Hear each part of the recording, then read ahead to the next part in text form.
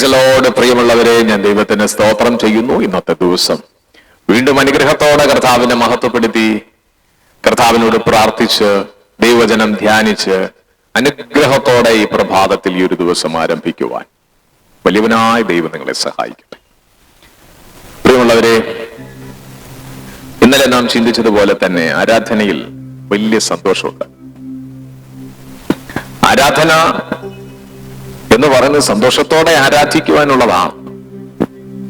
ആരാധനയുടെ അനുഭവം എന്ന് പറയുന്നത് പല നിലകളിലാണ്.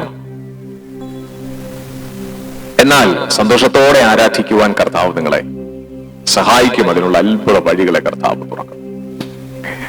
പുറപ്പാട് പുസ്തകം 15-ാം അധ്യായം 20-21 വാക്യങ്ങളിൽ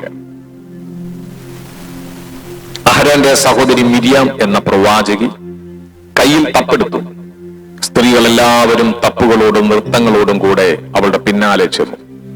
മിരിയാം അവരോട് പ്രതിഗാനമായിട്ട് ചൊല്ലിയത്, യഹോവയ്ക്ക് പാടുവിൻ, അവൻ മഹോന്നതൻ, കുതിരയെയും അതിന്മേൽ ഇരുന്നവനെയും അവൻ കടലിൽ തള്ളിയിട്ടിരിക്കുന്നു.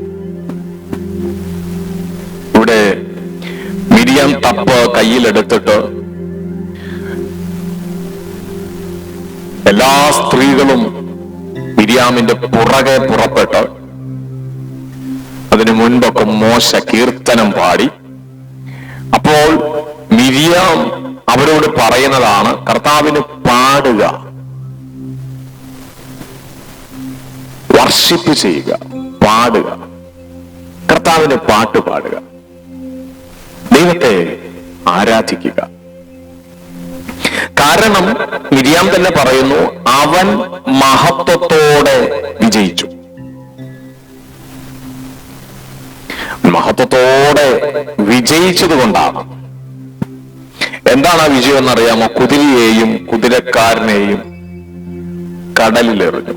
തങ്ങൾക്ക് വിരോധമായി തങ്ങളുടെ പുറകിൽ അനുഗമിച്ചു വന്ന ശത്രുവിനെയും ശത്രുവിന്റെ പദ്ധതികളെയും ഇല്ലാതാക്കി കളയാൻ ദൈവപ്രവൃത്തി ഇസ്രായേൽ മക്കളുടെ ജീവിതത്തിൽ അവരെ പിന്തുടർന്നു വന്നതുകൊണ്ട് യഹോവയ്ക്ക് പാട്ടുപാടാൻ മിരിയാം സ്ത്രീകളോട് ആഹ്വാനം ചെയ്യുകയും നൃത്ത ചുവടുകൾ വെച്ച് തപ്പെടുത്ത് പാട്ടും പാടി അവര് ദൈവത്തെ ആരാധിക്കുകയാണ്. ഞാൻ ദൈവത്തിന് സ്തോത്രം ചെയ്യുന്നു. ഇവിടെ തപ്പ് എന്ന് പറയുന്നത്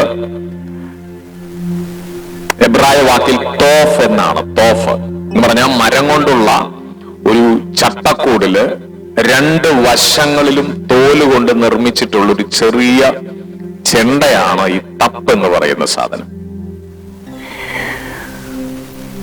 ആ ഉപകരണം ഉപയോഗിച്ച് അവർ ദൈവത്തെ പാടി സ്തുതിക്കുവാൻ, നൃത്തം ചെയ്ത് ആരാധിക്കുവാൻ ഇടയായി. ഇന്നത്തെ ദിവസം ദൈവം നിങ്ങളെ അനുഗ്രഹിക്കും. കർത്താവിനെ പാടി സ്തുതിക്കുന്നത് വലിയ അനുഗ്രഹമാണ്. വീടുകളിലെ ആരാധനകള് ഈ ദിവസങ്ങളിൽ ശക്തി പ്രാപിക്കട്ടെ. മുടങ്ങിക്കിടക്കുന്ന ആരാധന, രാവിലെയും രാത്രിയുമൊക്കെയുള്ള കുടുംബ പ്രാർത്ഥനകളിൽ ദൈവത്തെ പാടി സ്തുതിക്കാൻ ഓരോ ഭവനങ്ങളും ഒരുങ്ങട്ടെ. അതൊരു അനുഗ്രഹമാണ്. പ്രിയമുള്ളവരെ, വ്യക്തിപരമായി പ്രാർത്ഥിക്കുവാൻ കഴിയാതെ പ്രാർത്ഥനകൾ മുടങ്ങിയിരിക്കുന്നവരുടെ പ്രാർത്ഥനകൾ ഈ ദിവസങ്ങളിൽ പുനരാരംഭിക്കട്ടെ. അതൊരു അനുഗ്രഹമാണ്.